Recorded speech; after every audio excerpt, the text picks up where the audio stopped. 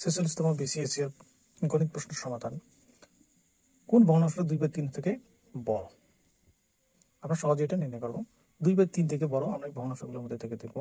ধরে নিলাম 11/8 আর 2/3, 3 আসতে 24, 3 এবং 8 গুণ করলাম 11 দুগুণ 22।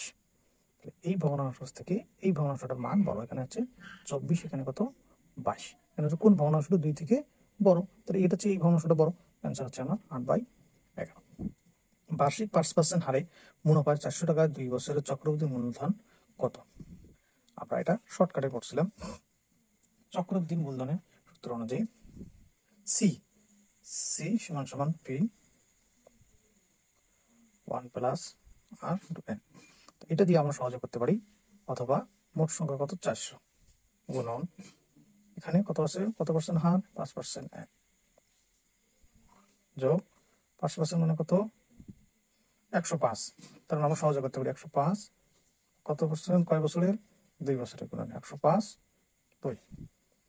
আমরা 2 বছরের যেহেতু এজন্য আমরা এভাবে 2 বার লিখবো। 105 ভাগ 100 গুণ 105 ভাগ 100 2 বার লিখবো। এই 2 শূন্য এই 2 শূন্য আমরা কেটে দেবো।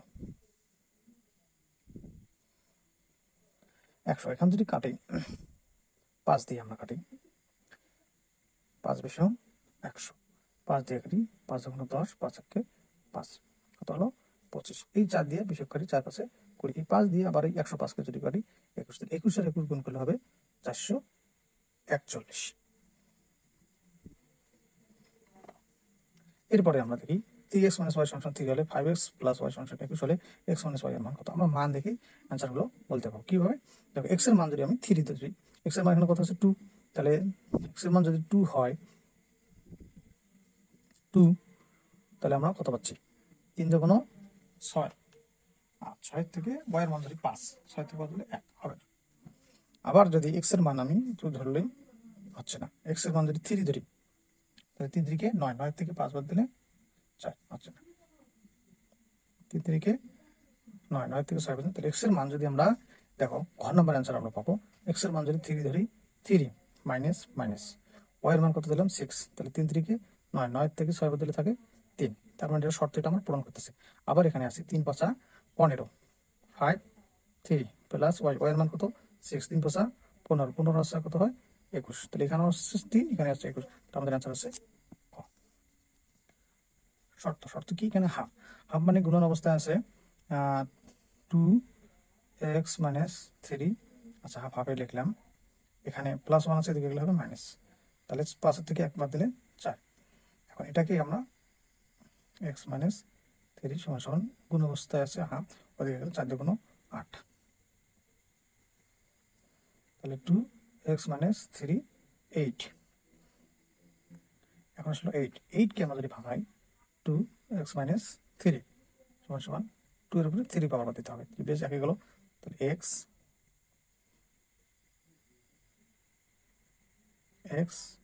3 সমান 3, তাহলে x সমান 3 মাইনাস আছে এদিকে গেলে হবে প্লাস, তাহলে x এর মান কত আসতেছে 6, তাহলে আমরা অ্যান্সার এটা পাবো 6 অ্যান্সার।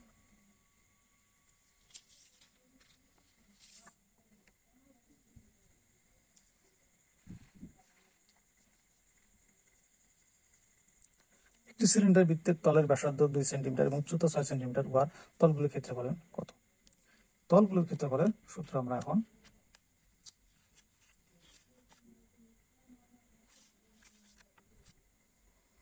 তলের ক্ষেত্রফলের সূত্র লিখব 2 পাই r into r plus h, তলের ক্ষেত্রফলের সূত্র।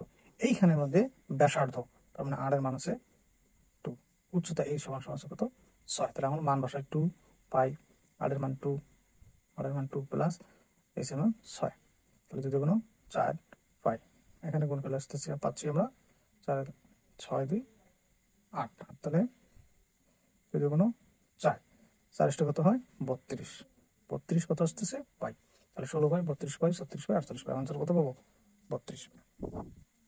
একটি সমকোণী ত্রিভুজের দুইটি কোণের পরিমাণ 28 ডিগ্রি এবং 62 ডিগ্রি। ত্রিভুজটি কোন ধরনের? আমরা জানি যে সমকোণী ত্রিভুজ কত ডিগ্রি হয় 90 ডিগ্রি। একটা ত্রিভুজের কোণ 180 ডিগ্রি। 180 ডিগ্রি দুইটি কোণের মান যদি 62 ডিগ্রি 28 ডিগ্রি, মোট কত ডিগ্রি হয়? 90 ডিগ্রি। তাহলে এই কোণ দুটোর মান একটা আছে 28 ডিগ্রি, একটা আছে 62 ডিগ্রি, আর এই কোণটার মান কত ডিগ্রি? 90 ডিগ্রি। তাহলে এই 90 আর এই 90 কত হলো? মোট টোটাল 180 ডিগ্রি। তাহলে এটা একটা সমকোণী ত্রিভুজ এই কারণে।